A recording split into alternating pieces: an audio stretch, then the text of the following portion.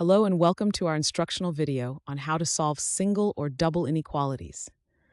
In this video, we will be focusing on solving the inequality negative 5 is less than or equal to 2j plus 1 is less than or equal to 7. We will walk you through the steps to find the solution and present it in both inequality and interval notation forms. Let's get started. To solve the inequality minus 5 is less than or equal to 2 times j plus 1 is less than or equal to 7, we will focus on isolating j in the middle part of the inequality.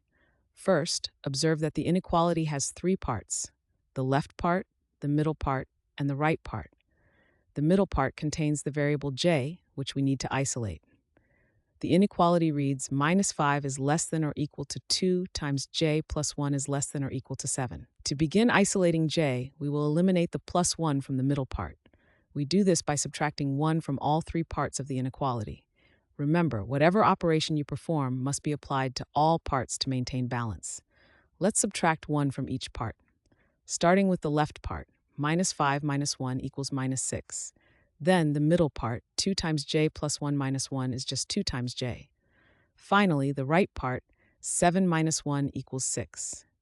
Now, our inequality is transformed to minus 6 is less than or equal to 2 times j is less than or equal to 6. We have successfully simplified the inequality and are one step closer to isolating j. Next, we need to isolate the variable j by eliminating the coefficient 2 from the middle expression. Currently, we have minus 6 is less than or equal to 2 times j is less than or equal to 6. Since 2 is multiplied by j, we will need to divide all parts of the inequality by 2 to cancel it out. Again, remember that we must perform this operation to all parts of the inequality to maintain balance.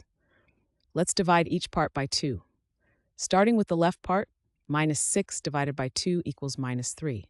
Then the middle part, 2 times j divided by 2 is just j.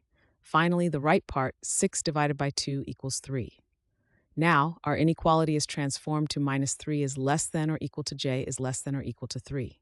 This is our final step, and we have successfully isolated the variable j. In inequality notation, the solution is j is greater than or equal to minus 3 and less than or equal to 3. In interval notation, the solution is minus 3, 3. Therefore, we have solved the inequality. Thanks for watching. I hope this video has helped, and if it did, please drop me a like.